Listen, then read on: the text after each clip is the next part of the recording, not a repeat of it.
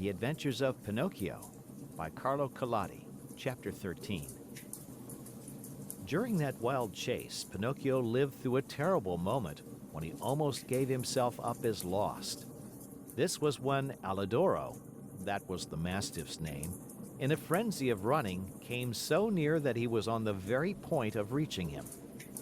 The Marionette heard, close behind him, the labored breathing of the beast who was fast on his trail, and now and again even felt his hot breath blow over him. Luckily, by this time he was very near the shore, and the sea was in sight, in fact, only a few short steps away. As soon as he set foot on the beach, Pinocchio gave a leap and fell into the water. Alidoro tried to stop, but as he was running very fast, he couldn't, and he too landed far out in the sea. Strange though it may seem, the dog could not swim. He beat the water with his paws to hold himself up, but the harder he tried, the deeper he sank. As he stuck his head out once more, the poor fellow's eyes were bulging, and he barked out wildly, "I drown! I drown!" "Drown!" answered Pinocchio from afar, happy at his escape. "Help, Pinocchio! Dear little Pinocchio! Save me from death!" At those cries of suffering, the Marionette, who after all had a very kind heart, was moved to compassion. He turned toward the poor animal and said to him, "But if I help you, will you promise not to bother me again by running after me?" "I promise! I promise! Only hurry, for if you wait another second, I'll be dead and gone!" Pinocchio hesitated still another minute. Then, remembering how his father had often told him that a kind deed is never lost, he swam to Alidoro and, catching hold of his tail, dragged him to the shore. The poor dog was so weak he could not stand. He had swallowed so much salt water that he was swollen like a balloon. However, Pinocchio, not wishing to trust him too much, threw himself once again into the sea. As he swam away, he called out, "Goodbye, Alidoro. Good luck, and remember me to the family." "Goodbye, little Pinocchio," answered the dog. "A thousand thanks for having saved me from death. You did me a good turn, and in this world, what is given is always returned. If the chance comes, I shall be there." Pinocchio went on swimming close to shore. At last he thought he had reached a safe place. Glancing up and down the beach, he saw the opening of a cave out of which rose a spiral of smoke. "In that cave," he said to himself, "there must be a fire. So much the better. I'll dry my clothes and warm myself, and then, well..." His mind made up, Pinocchio swam to the rocks, but as he started to climb, he felt something under him lifting him up higher and higher. He tried to escape, but he was too late. To his great surprise, he found himself in a huge net, amid a crowd of fish of all kinds and sizes who were fighting and struggling desperately to free themselves. At the same time, he saw a fisherman come out of the cave, a fisherman so ugly that Pinocchio thought he was a sea monster. In place of hair, his head was covered by a thick bush of green grass. Green was the skin of his body, green were his eyes, green was the long, long beard that reached down to his feet. He looked like a giant lizard with legs and arms. When the fisherman pulled the net out of the sea, he cried out joyfully, "Blessed Providence! Once more I'll have a fine meal of fish." "Thank heaven I'm not a fish," said Pinocchio to himself, trying with these words to find a little courage. The fisherman took the net and the fish to the cave, a dark, gloomy, smoky place. In the middle of it, a pan full of oil sizzled over a smoky fire, sending out a repelling odor of tallow that took away one's breath. "Now, let us see what kind of fish we have caught today," said the green fisherman. He put a hand as big as a spade into the net and pulled out a handful of mullets. "Fine mullets, these," he he said, after looking at them and smelling them with pleasure. After that, he threw them into a large empty tub. Many times he repeated this performance. As he pulled each fish out of the net, his mouth watered with the thought of the good dinner coming, and he said, "Fine fish, these bass. Very tasty, these whitefish. Delicious flounders, these. What splendid crabs. And these dear little anchovies with their heads still on." As you can well imagine, the bass, the flounders, the whitefish, and even the little anchovies all went together into the tub to keep the mullets company. The last to come out of the net was Pinocchio. As soon as the fisherman pulled him out, his green eyes opened wide with surprise, and he cried out in fear, "What kind of fish is this? I don't remember ever eating anything like it." He looked at him closely, and after turning him over and over, he said at last, "I understand. He must be a crab." Pinocchio, mortified at being taken for a crab, said resentfully, "What nonsense! A crab indeed! I am no such thing. Beware how you deal with me. I am a marionette, I want you to know." "A marionette?"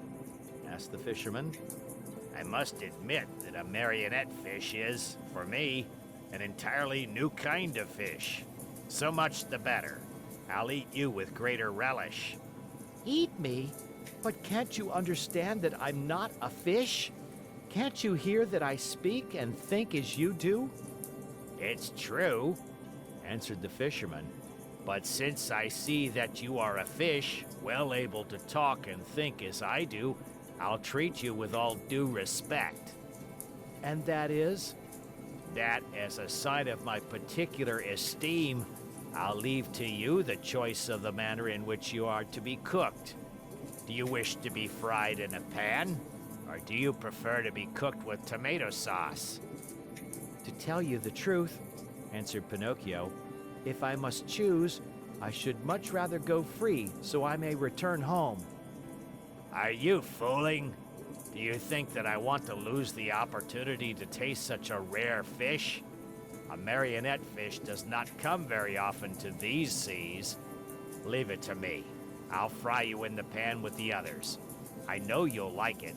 It's always a comfort to find oneself in good company." The unlucky marionette, hearing this, began to cry and wail and beg. With tears streaming down his cheeks, he said, "How much better it would have been for me to go to school! I did listen to my playmates, and now I am paying for it. Oh, oh, oh!" And as he struggled and squirmed like an eel to escape from him, the green fisherman took a stout cord and tied him hand and foot, and threw him into the bottom of the tub with the others. Then he pulled a wooden bowl full of flour out of a cupboard and started to roll the fish into it, one by one.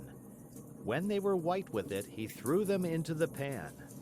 The first to dance in the hot oil were the mullets. The bass followed, then the whitefish, the flounders, and the anchovies. Pinocchio's turn came last. Seeing himself so near to death, and such a horrible death, he began to tremble so with fright that he had no voice left with which to beg for his life. The poor boy beseeched only with his eyes. But the green fisherman, not even noticing that it was he, turned him over and over in the flour until he looked like a marionette made of chalk. Then he took him by the head and... Mindful of what the fisherman had said, Pinocchio knew that all hope of being saved had gone. He closed his eyes and waited for the final moment. Suddenly, a large dog, attracted by the odor of the boiling oil, came running into the cave. "Get out!" cried the fisherman threateningly, and still holding on to the marionette, who was all covered with flour. But the poor dog was very hungry, and whining and wagging his tail, he tried to say, "Give me a bite of the fish, and I'll go in peace." "Get out, I say," repeated the fisherman, and he drew back his foot to give the dog a kick. Then the dog, who, being really hungry, would take no refusal, turned in a rage toward the fisherman and bared his terrible fangs. And at that moment, a pitiful little voice was heard saying, "Save me, Alidoro! If you don't, I fry!" The dog immediately recognized Pinocchio's voice. Great was his surprise to find that the voice came from the little flour-covered bundle that the fisherman held in his hand. Then what did he do? With one great leap, he grasped that bundle in his mouth and, holding it lightly between his teeth, ran through the door and disappeared like a flash. The fisherman, angry at seeing his meal snatched from under his nose, ran after the dog, but a bad fit of coughing made him stop and turn back. Meanwhile, Alidoro, as soon as he had found the road which led to the village, stopped and dropped Pinocchio softly to the ground. "How much I do thank you," said the Marionette. "It is not necessary," answered the dog. "You saved me once, and what is given is always returned. We are in this world to help one another." "But how did you get in that cave?" "I was lying here on the sand, more dead than alive, when an appetizing odor of fried fish came to me. That odor tickled my hunger, and I followed it. Oh, if I had come a moment later!" "Don't speak about it," wailed Pinocchio, still trembling with fright. "Don't say a word. If you had come a moment later, I would be fried, eaten, and digested by this time. Brrr! I shiver at the mere thought of it." Alidoro laughingly held out his paw to the Marionette, who shook it heartily, feeling that now he and the dog were good friends. Then they bid each other goodbye, and the dog went home.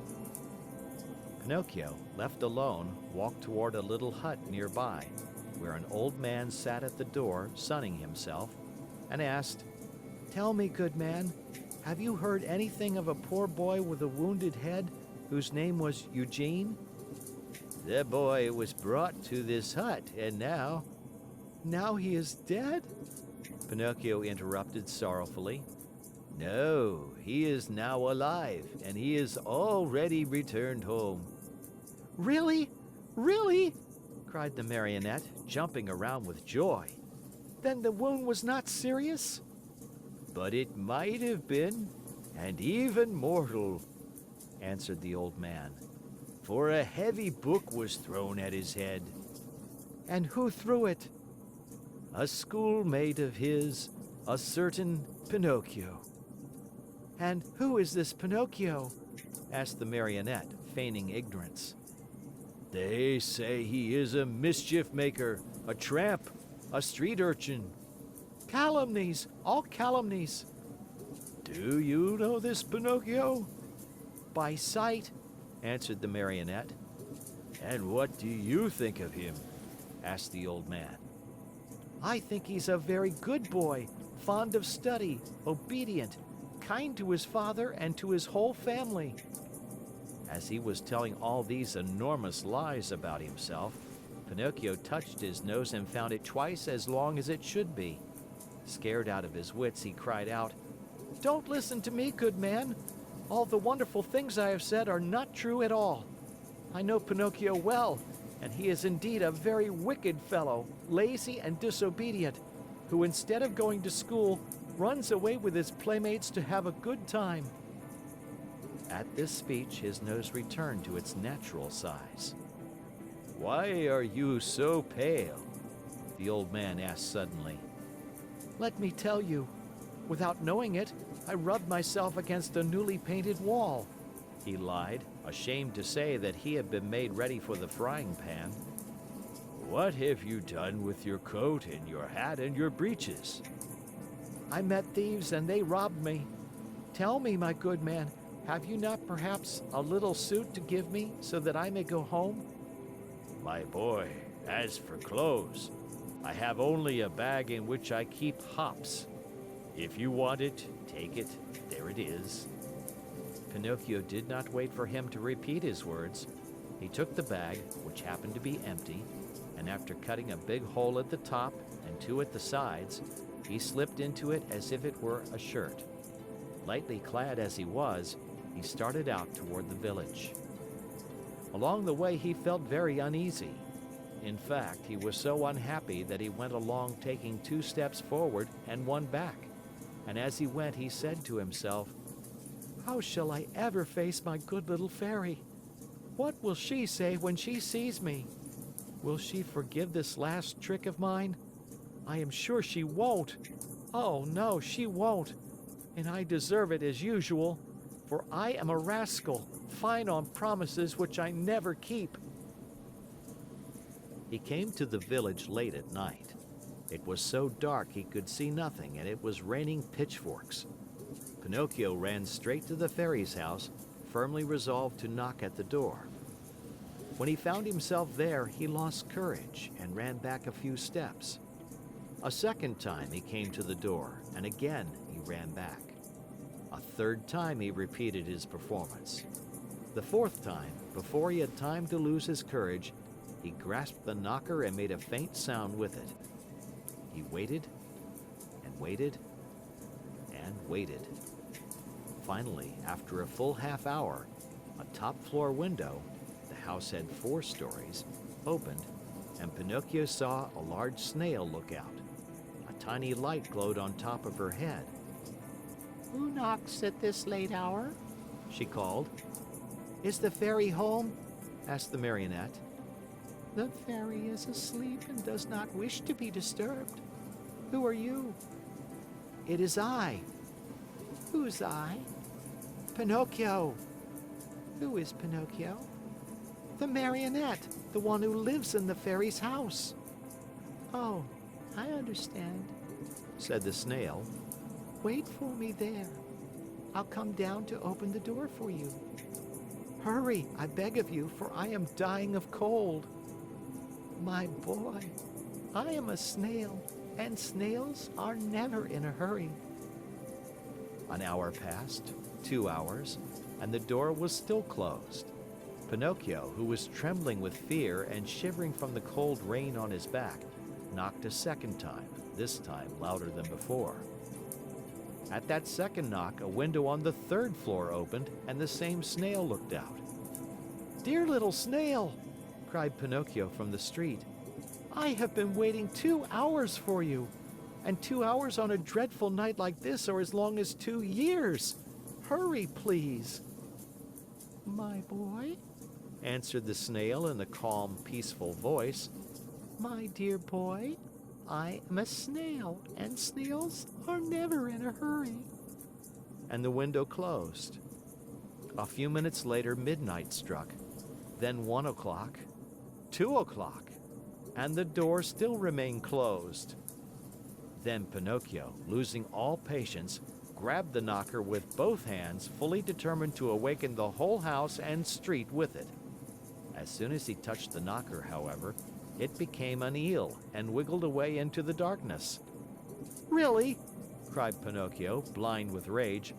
"If the knocker is gone, I can still use my feet." He stepped back and gave the door a most solemn kick. He kicked so hard that his foot went straight through the door, and his leg followed almost to the knee. No matter how he pulled and tugged, he could not pull it out. There he stayed as if nailed to the door. Poor Pinocchio.